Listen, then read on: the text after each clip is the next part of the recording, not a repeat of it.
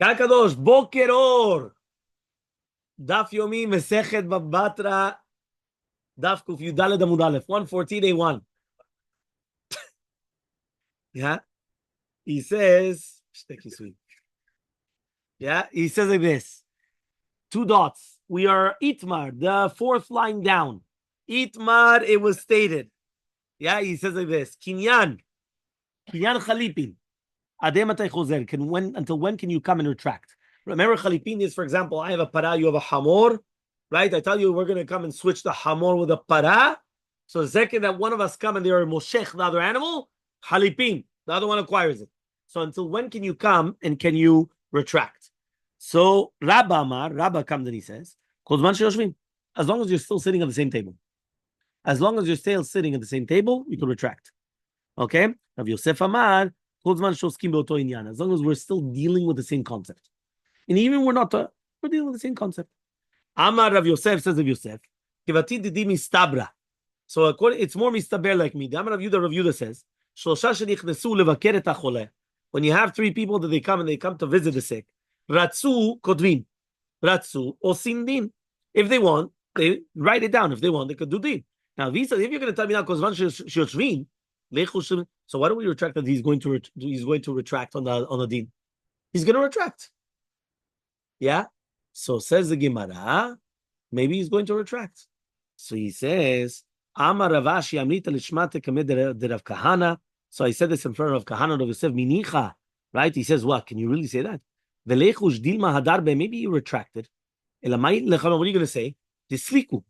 Right? What does that mean? Disliku minyana linyana. They went from one inyan to another inyan. They got up and then they sat down again. So once they got up and sat down again, you can retract. By the sadeh, inyan, and mechza. What does that mean? Sadeh is to do with le'el, daf yud bet amud bet, to do with the machloket over there, to do with the yoresh. Inyan is what we just mentioned right now, that as long as they're being osek be'oto inyan, they can retract. The second that they switch topics, kaddish, and mechza is going to be later on, right? The entire concept of nechasai lecha v'chalu b'naich v'chulu v'chule. There's a whole thing there. So basically, the halacha is like Rav Yosef in these three halachot. So in this halacha, the second they change topics, that's it. Okay, fine. Two dots. Hayisha et benah. Right? What does that mean? Hayisha et ba'ala. That means basically they are going to be inheriting, right, from the woman, but she does not inherit them. Hatul amali. Why do I need this? Right? We already learned it. If it says the man inherits his mother and the husband, meaning the man, inherits his wife, so it's mashma only the man the wife and the man the mother, but not the mother the son and not the wife the husband. Why did I need to bring both cases? Yeah. So says the Gemara, Kamashmalan comes to teach you. The Isha et Bena, Dunya the Isha et Bala. He says Isha et Bena is like Isha et Bala. Just like Isha et Bala, ena bal yoresh et ishto bakever. That means a husband cannot be yoresh et ishto keshi bakever. So to Isha et Bena, ena ben yoresh et imo bakever, lanchil la'achin mina av. Everyone understood the case. Meaning like this. What happens right now if a person has a wife? Yeah? All of a sudden, right, the wife dies. Okay. A month later, the father-in-law dies. She was an only daughter. Does he inherit his wife's chelek? No. The reason why is because he cannot be inheriting his wife when she's in the kever. When she's already deceased. Yeah. It's since she's already deceased. So therefore, it's considered that she's not there. If she's not there, there was no boys. She was the only girl.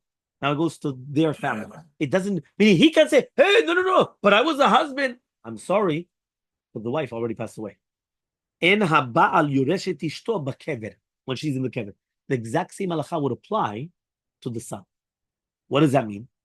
She has a son. And what happens is that the mother dies. So therefore, maybe what we want to do is that the ben is not going to be yoreshet imo bakever in order to give the nachala to his brothers from the father, not from the mother, from the father. And the reason why is because of the same concept, meaning that the second of the person deceased, that's it. There's nothing what to do. Now again, this doesn't always apply because, for example, let's say a person passes away, and they have three children, three boys, and one boy already passed away. his children come instead of him. That yes, because they are the direct lineage of it. But whenever it's going like on the side, you understand, meaning it's not coming directly down. When it's coming on the side, like for example, a woman to her husband, or right, the mother to the son, so then it's going to the side. There, you don't use this concept. So Amar Rabbi Yochanan Mishum Rabbi Yehuda Rabbi Shimon, Devar Torah Hav Yoresh Beno Veisha Yoresh Bena. Right, that a father does inherit his son and the mother inherits her son.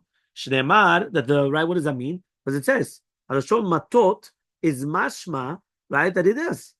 Makish mate ha'em lemate av. Ma mate av av yoresh beno. So to ma'em isha yoresh bena. He wants to make a kesh that you can inherit. That a woman can. Obviously, it's not tofes. The Gemara on the Kuftet Vav is going to say that it's not tofes. The Gemara is going to ask, and we'll continue.